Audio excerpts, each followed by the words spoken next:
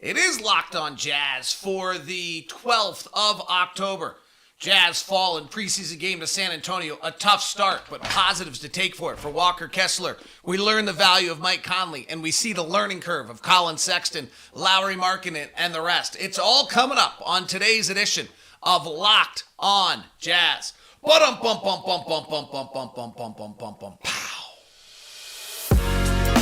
You are Locked on Jazz, your daily podcast on the Utah Jazz.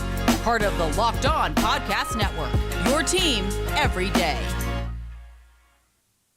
How are you? I'm David Locke, radio voice of the Utah Jazz, Jazz NBA insider. This is Locked on Jazz, your daily podcast on the Utah Jazz, giving you insight, expertise, geeky numbers, and hopefully making it way better to be a Jazz fan each and every day. We're coming to you live on a rare live edition of the program. And today's show is brought to you by our friends over at Prize Picks. Today's episode, the first time users can receive a 100% instant deposit match up to $100 with the promo code LOCKEDON. That's prizepick.com, promo code LOCKEDON. How are you? Thanks so much for tuning in to today's program. I am David Locke, radio voice of the Utah Jazz, Jazz NBA insider, and this is your daily podcast on the Utah Jazz. Last night, the Jazz get run in a preseason game. No big deal because it's a preseason game, but I also thought it showed a lot of the issues that we have coming up in this ball game and that we're going to see this season and some of the tasks at hand. It was a tough start. That first quarter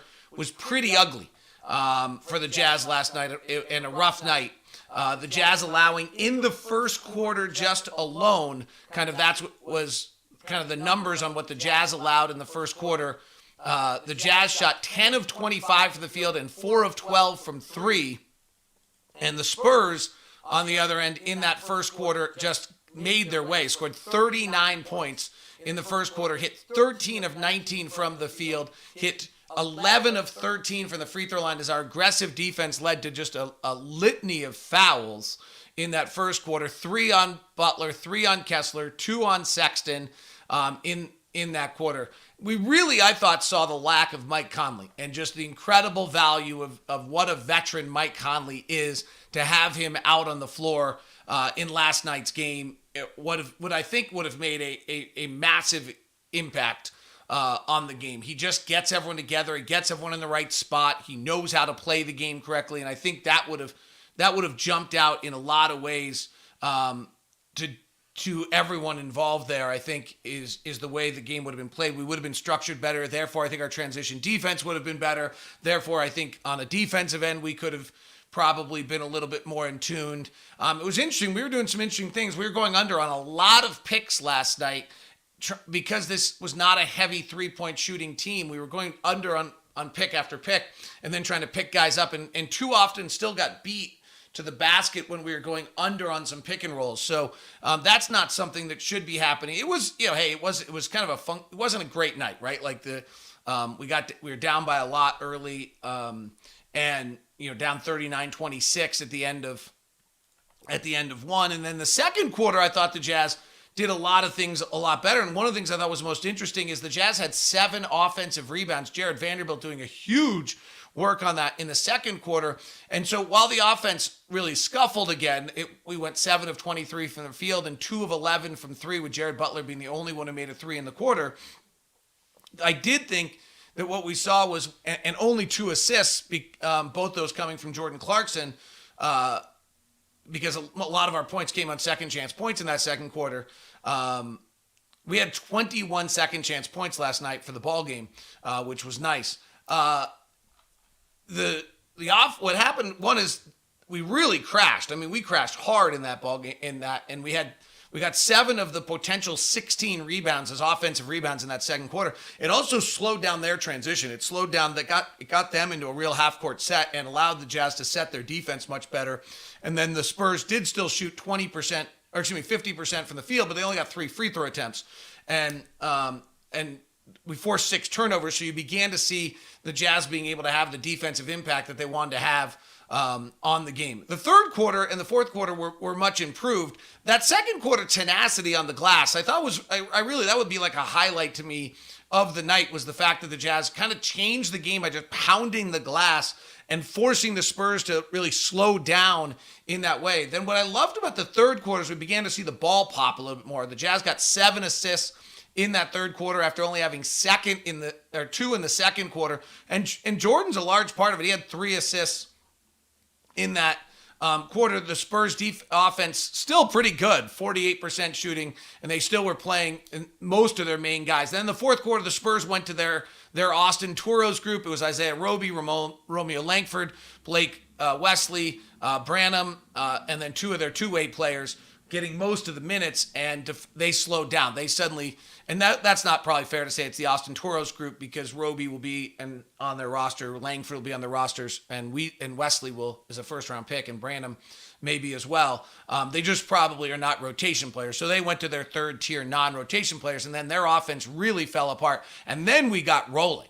And then it was fun to watch. Rudy Gay doing a great job on the glass and initiating the offense, played all 12 minutes. We actually played same 5 guys all 12 minutes in that fourth quarter, and Walker Kessler had 9 points, 4 rebounds. Jared Butler was terrific. He had 3 points, 5 rebounds, and 6 assists, despite shooting just 1 of 5. Rudy Gay had 7 rebounds. Fontecchio hit 2 threes and had 8 points. Taylor Horton-Tucker played with a lot of aggressiveness and strength in that period of time. And it was, the Spurs played Branham 12 minutes. They played Langford 9:50. They played Hall, who's a two-way player, 8:30. They played Wieskamp 8:50, who's going to maybe make the team, maybe not. Barlow played 7 minutes, who's a two-way player. So it was mostly against the Spurs kind of second unit in that sense, or third unit, and it was kind of our still primary rotation guys, but they played really, really, really well. So that's kind of my summary of last night. I thought the lack of Mike Conley was super prevalent and obvious in some ways in that game, as much as anything else on things. Chat room is open and we are live today, so feel free to put your comments in there. Lisa's, I think we lack a lot of defense, and we did a better job in the fourth quarter, but I wish we could have some more chemistry. It's going to be awfully hard for this team to have chemistry here in the early going, with how, one of my favorite plays of the game was, I think Sexton hits a 3, and then it's just subtle. And then as he's running back the other way, Sexton's running back the other way, and then he hits the 3, and as he starts running back the other way, he ran into Jordan Clarkson. I think it was Sexton.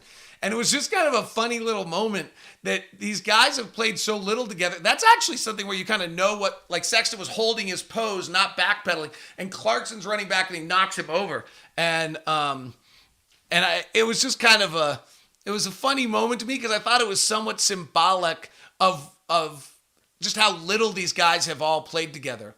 I thought we saw last night out of Collin Sexton, who has just, this is a really good kind of interesting piece to, I think, a little bit of where the Jazz are and a lot of their players are. We talked about this on yesterday's edition of Locked On Jazz, which is they're all trying to add this layer, right? They're all really, really good. They all come with really good accolades. They're all bona fide NBA players, and they're all trying to take this one next step on what they can be and who they can be to be a even better player. And Will Hardy has said this about Sexton for the very first second of the season, and that is that he needs to be this guy who can learn how to use his... So Sexton has this amazing burst. He can beat just about anybody off the dribble. He can get by and into the lane at will. You saw it last night a bunch of times. It's fabulous. He draws a ton of free throws using the 92nd percentile of getting the line of guards the last time he played a full season. So he's got this list of skills that's awesome. He's yet to learn how to use that burst in a way to make his teammates better. Sexton had 1 assist last night. It was on an inbound pass. So Sexton had 0 assists last night off the dribble in any way. So overall for the night, Collin Sexton last night plays 21 minutes. His single assist is on an inbound pass to a cutter. So he doesn't, now, Jordan's developed, got 7 of them. Jared Butler had 7 assists last night in 27 minutes, playing different guys. But that's a good example of what we're going to kind of probably be talking about a lot of the year, which is, how do we, what's the development that we're trying to make out of guys where they are adding this layer onto their game. And the layer for Sexton is, how do you play with that burst and that speed and make guys better? And that's where Mike Conley, not having Mike Conley last night, made it really really obvious, and that's why the offense, I think, struggled. But it's also where, we're going to see Collin develop that. And these are little steps. None of these things that we talked about on yesterday's show that we're talking about here, they happen overnight. None of them. They're all developmental pieces of puzzles that happen kind of in little bits. I thought we saw the same thing out of Lauri Markanen, who is probably, could be arguably our best player. And Markanen does not have a game that naturally takes over and does not naturally, I think, have a total feel on how he's asserting himself on the game. So in the open 644 the other night, he goes 1 of 3, misses his 2 threes that are there, and he's not massively impactful. How does he find a way to be more impactful? In the third quarter, he comes out, he's 4 of 7 from the field. He only takes 2 threes. He's much more aggressive. He has 3 rebounds. He scores 11 points, and he's really impactful. Like, that's actually a little tiny step there, I think. And when he looks at this roster, he suddenly has to realize, like, oh, wait a sec, if I'm starting and I've got to be really, really impactful and aggressive on the offensive end, back to the way he was when we talked about it, if his second year when the Bulls, but other than Zach LaVine, he was their second option. Other than Jordan Clarkson, he's our second offensive option if that's the starting lineup we go with. And so therefore, he really has to be massively impactful on the game. That's not a natural step for Lauri Markanen yet. And we saw that develop last night, first quarter versus third quarter. These are the little steps. It's kind of awesome to watch and see take place for this basketball team this year. The other step I thought we saw last night was a big one from Walker Kessler, because what the opening 5 minutes tonight was just brutal. And then he worked through that. So we'll talk about that as we continue. Today's Wednesday edition of Locked On Jazz is brought to you by our friends over at Intercap Lending. And that's Steve Carter. And Steve Carter just brings a smile to my face, because when I get to recommend Steve Carter, it means somebody is going to have a great experience. The reviews on Steve Carter time and time again are just so truly terrific. It's one after another. Please, customer. It's people inside our company. It's people everywhere else. Intercap Lending is hyper responsive. They have break, change, and they have borrow experience. And those are all phrases. But here's what it is. It's Steve Carter. It really is. It's our own personal loan officer at Intercap who takes care of you every step of the way, and is just truly a remarkable person that he's that committed to making sure everybody has a good experience. If you go back, Clayton and Sarah Winslow review, Steve Carter did a fantastic job with the refinance. The process was seamless and very quick. We reached out with a time crunch, and he really made it happen. Intercap and Steve is by far the best mortgage company we've dealt with, and we'll recommend it to anyone. Brad Hickman, Intercap has been the best experience I've ever had refinancing home loans. Steve Carter gave detailed options, custom to my own situation. The loan process was made easy by the experience, knowledge, timeless, personable nature of Steve and other members at Intercap Lending. If you're looking for mortgage options, give them a call. You won't be disappointed. So do that. Give Steve Carter a call. His number's 385-800-8528. That's 385-800-8528. Make sure that you mention Locked On and get the corporate discount. Intercap Lending, NMLS number 190465. Visit intercaplending.com. If that was all too much for you and it seems like it came way too fast and you weren't sure, then email me at dlock09@gmail.com. That's dlock09@gmail.com, and I'll get you taken care of. Today's show is also brought to you by our friends over at Prize Picks. Prize Picks, where you can pick 2 to 5 players, and if they score more or less than the Prize Picks projection, you can win up to 10 times your money on every entry. No competing against other people. It's just you versus projections available. Prize Picks offers projections on any sport you can watch. NBA, MLB, NFL, NHL, PGA, they're all going on right now. Entries can be made in 60 seconds or less. It's that easy, safe, and fast withdrawals. It's operational in 30 states and Canada. So download the Prize Picks app and go to prizepicks.com and sign up and play daily fantasy sports. First-time users can receive a 100% instant deposit match up to $100 with the promo code LOCKEDON. That's a $100 instant promo code LOCKEDON. If you deposit $100, you get $100. Deposit $50, you get $50. Don't forget to enter the promo code LOCKEDON at sign up for an instant deposit match of $100. That's all at Prize Picks. Thanks so much for making Locked On Jazz your first listen of the day, your second listen, the NBA Big Board. The group, Rafael Barlow leading the way, traveling the world with Sam and Richard and Leaf, all doing great work on all of that. Thanks so much for those of you who are joining the live stream. We've got a bunch of people on it. Dan wants to know, what strategy should the Jazz use to rebuild? We clearly need to find a superstar. If we ever want to be a championship star, how do we get one? Well, I think there's three ways you can get one, Dan. One is through free agency. That seems like an unlikely route for us.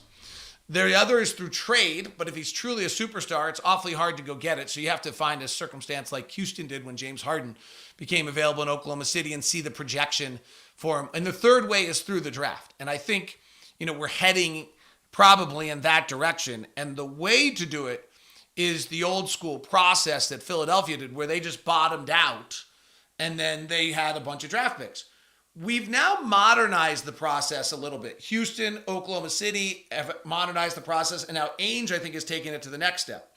And what I mean by modernizing the process is, so what Oklahoma City did is they suddenly traded Russ and traded Paul George and traded pieces and got 1 million draft picks.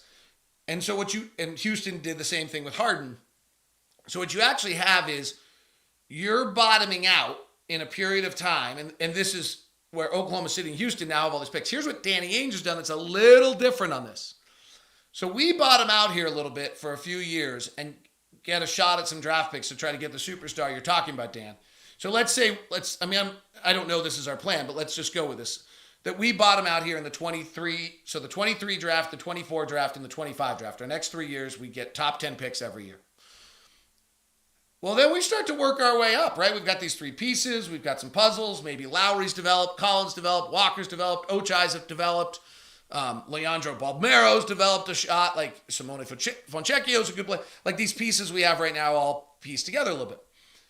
And we start our upward rise in 26, 27, 28. We're working our way. We're really getting better. Well, all of a sudden, now our draft picks that we got from Minnesota and Cleveland start to kick in, right? So Cleveland, we have the 25, 27, and 29, if I'm right. And Minnesota, we have 23, 25, 27, and 29. And we have some pick swaps in there too. So maybe Minnesota, I think, is going to be the number 1 seed in the West this year. So that pick's going to turn out to not be that great. I haven't run the numbers on them yet to see where I think they're going to be. And we don't have their 23, we have their 25. But Donovan leaves in 25, and who knows what happens. And suddenly Cleveland's not a free agent market. So their 27 and 29 picks maybe turn out to be really top 10, top 15 picks. Maybe Minnesota by 27, 29, Rudy's 34, he slowed down, Cat this, whatever, who knows. Anthony Edwards left. 27, 29 become real picks. So we're on this upward trajectory, and now we're getting this bounce from the bottom of top 10 talent when you're a good team. You can't, if you're the Jazz, like this is what we ran into with the Donovan and Rudy era, you start winning 50 games and your draft pick becomes the 23rd pick of the draft. It's really hard to get talent. We missed on 1 or 2 players certainly, but it's really, really hard to get talent.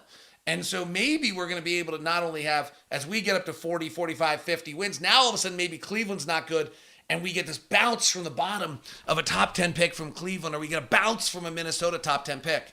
And that's the way it's going to happen. It's going to be an interesting, process. I was talking to a fan last night in the Toyota Club, and I said, hey, you just got to take your mindset from a 9-month process to a 36-month process. Like we're progressing through. And can Collin Sexton, as we talked about in this opening segment of the day, use this incredible burst and this amazing skill that he has to be able to now make teammates better? Because then he becomes a really, really good player. If he doesn't, he's still a super good player. He's just probably a sixth man who's coming off the bench to score.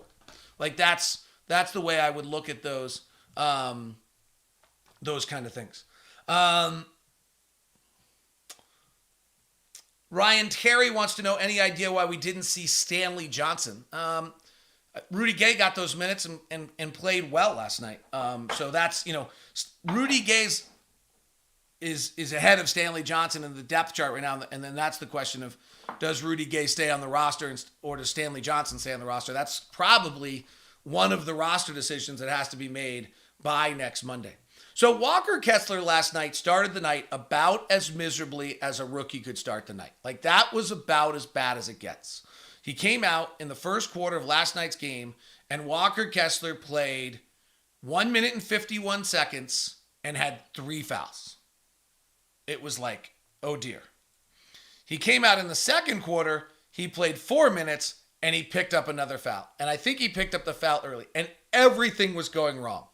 Like there was a play in which somebody drove and Kessler came out. You could see him really being very careful to not foul and pick up his 5th foul in like 6 minutes. And then he doesn't foul. He does a good job. He alters the shot. He doesn't foul. But because he's being he actually kind of doesn't get back for the rebound. And there's an offensive rebound put back on the backside of it. It just was like, he just was swimming. First home game over like he's a kid. He's a rookie. This is like part of it. It's totally fine. But this is like, that's what was happening. What I loved about it is that he came back and played really well by the end of the night. He comes in, he plays 6:45 of the third quarter and begins to have an impact, and he picks up his 5th foul.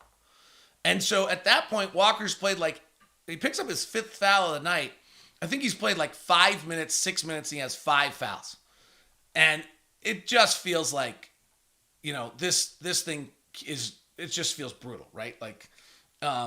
But he does the opposite. He kind of fights through it, stays engaged, works. So he picked up a foul at the 3:44 mark of the third quarter was his 5th foul. And I'll give Will Hardy a lot of credit. Like if you want like moments where you're going to wonder how Will Hardy's going to coach things, I thought we learned a little bit about Will Hardy's coaching here on Walker Kessler. Like, okay, fine. Like you just picked up your 5th foul at the 3:44 mark and I'm going to leave you out there.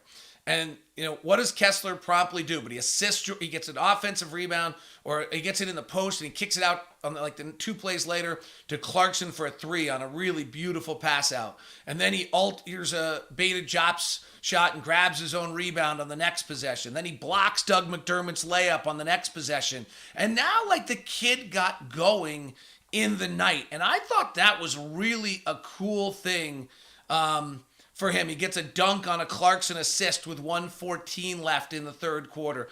And he played through the struggles and the problems and the youth that he hit last night. I thought we learned a little bit about him last night. You don't know about these kids. We know Walker Kessler's 7 feet. We've seen that Walker Kessler has this really fabulous second jump into his game.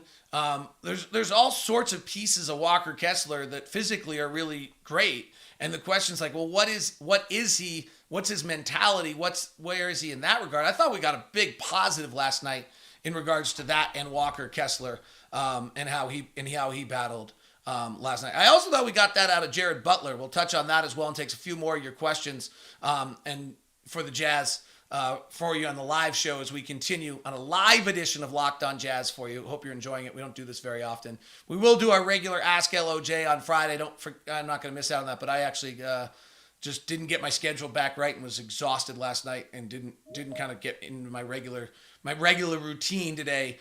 So the show was delayed, so I thought we would do it live and hang out together a little bit here on the program as we continue on Locked On Jazz.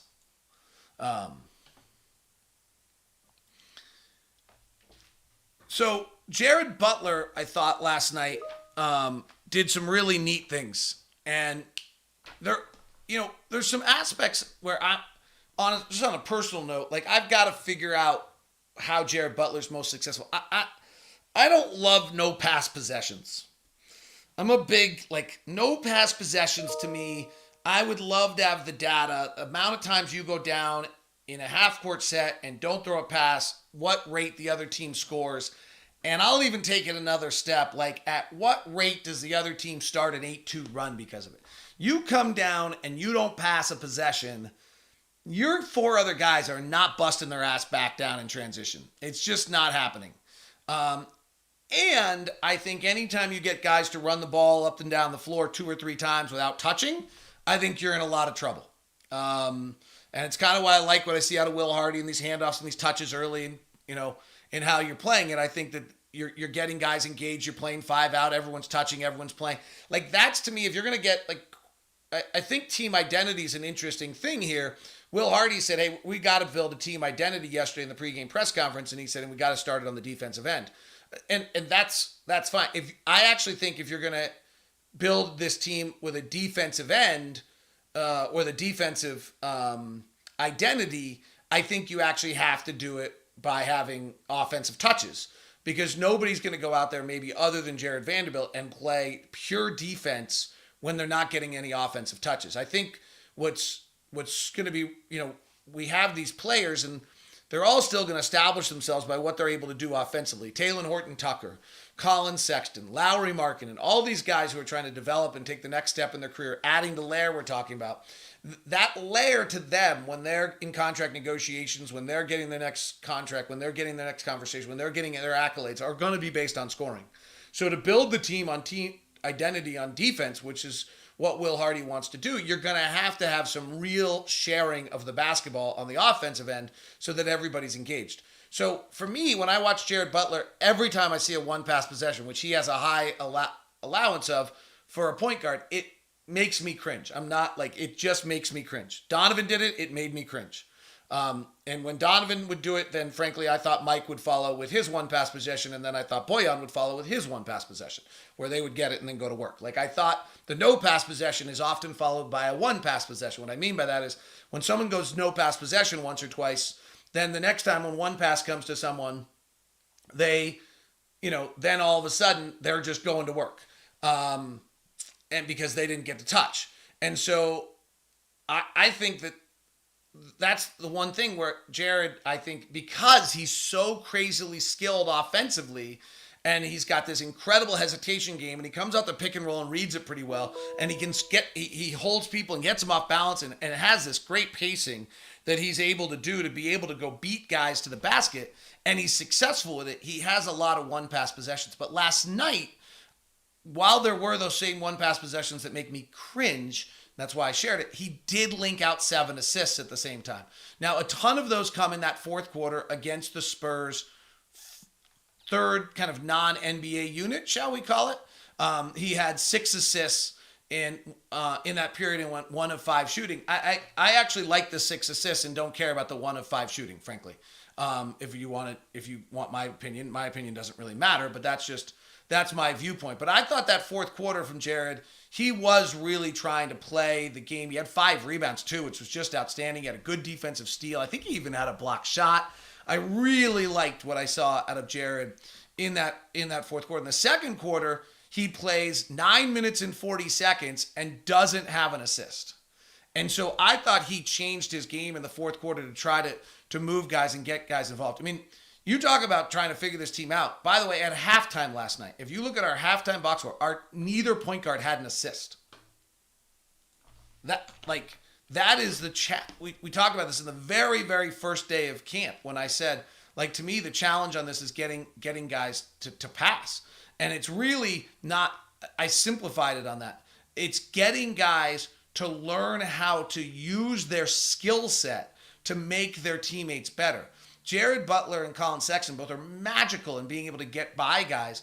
But in the first half the other night, Sexton played 9-22, had no assists, and Jared Butler in the first half of the game played 14-38. So the two of them combined for 24 minutes, and they actually had 1 assist. Jared Butler did have 1 assist in the first half of last night's game. He must have had it late in the first quarter. And it was on you're right. It was a nice skip pass to the corner for Horton-Tucker to hit a 3. So we had 1 assist out of our point guard in 24 minutes to open the game last night. That's where Mike Conley, we're now back at where we started the program. That's where missing Mike Conley was really obvious last night. Lee wants to know if Lauri Markanen can do what he did in EuroLeague, what's the ceiling for this Jazz team? I mean, so if Lauri Markanen can become what he was in EuroLeague, I think he moves into a top 100, top 75, top 50 player in the NBA. And I think it's kind of what I talked about earlier in the show. In Finland, he knows, it's my show, that's my game. He takes it. He's the man. I thought we saw more of that in the third quarter than we did in the first quarter. He's got to figure out how this works. I talked to Collin yesterday about, how do you guys know, whose role it is to do what and when right now? I just don't think, I think there was a tug of war a little bit with the Jazz on it last year, but it was clear, hey, Donovan's going to do his thing, and Bogey's getting his shots, and Mike was always working in between that. And so I think that, that's been, I think that's going to be really hard. I don't know. You should be able to look at your roster and be able to tell me at the end of the first quarter who's getting how many shots. Ideally on a basketball team, I call it the rightful order of the basketball universe. You should be able to do that. I don't know what that answer is for this team right now. that's a tricky equation, and it makes for this team identity to be really, really difficult. This is a heck of a task for Will Hardy. We he's a first-year head coach, and I said it yesterday. This will be the hardest job he has in all of his years as a coach, as he tries to work this one. I mean, I think there's no question to me that this is the hardest job he'll ever have, because he doesn't have the hat to hang on. But also, this roster, he's trying to create an identity, and there's an offensive burden to it that's on Sexton and on Markkanen, and then they got to figure out how to play with each. I mean, this is super, super hard to do, and I think it's gonna have some bumps in the road, and we also have to give him some room. But I also think we're seeing signs of how he does it really, really well. Any specific reason from Alex why Ochai and Balmero didn't get any run last night? I think Nickeil Alexander-Walker and Fontecchio and Taylor Horton-Tucker, I think, have probably, I'm guessing, have played better than Ochai has in camp so far, would be my guess, like from the coach's perspective. If Ochai had played better than them in camp so far, he'd be playing, right? Like, that's just intuitive. And the same thing on Balmero is, I think their feeling is that those same guys have, right? They're all playing the same positions. So what we have seen is that you have our four guards, which is, Sexton, Clarkson, Conley, Beasley, and we have our wings, which Markkanen starts at, and then we're kind of interplaying Nickeil Alexander-Walker, Taylor Horton-Tucker in those spots, and then Alexander-Walker didn't have a great first half last night, went 0 for 4, and then just didn't seem in rhythm. And then Fontecchio got those minutes in the second half, so that's clearly the player who's played the next best. And then the next guys would probably be Ochai and Leo, and that's I'm guessing how they've played through camp. I mean, that's like, if Balmero had outplayed Fontecchio, he would have gotten those minutes. They play similarly enough. I was hoping that we were going to see a little backup point guard from Balmero last night, because I have my man crush on him. And at 6'6", I think he's really intriguing, but Jared played really, really well in those minutes. So totally understandable. We can all hope to watch our players, but the fact is that if you're one of these guys, if you're the coaches, you're the guys who've played the best. So I think that's it. Sorry, I used the phrase EuroLeague for Markkanen. It was Eurobasket, and someone has corrected me in the chat room. They are correct. Eurobasket is what took place this summer, and when he played for Finland, EuroLeague is with FC Barcelona or not Football Club Barcelona, but with Barcelona. It's actually the same group, owns them both. If I'm correct, and Real Madrid and all of those kind of things. So we'll see. We also saw the Jazz run a lot of post-ups early last night, which I thought was an interesting kind of twist to how we use our size on that. All right, that wraps us up. There was a question about whether Azubuike is going to get cut by Amanda. I don't know. There is an interesting thing with Azubuike just from a contractual standpoint that we have to, I believe, decide whether we're picking up his next option fairly soon. And I don't know the front office's thoughts on this, but there might be some argument that if you're not going to pick up his option, then why is he? What are we doing now? You have the rights to him and things. So I don't quite know how that plays. It complicates. Let me just say it this way: the rookie, the next year option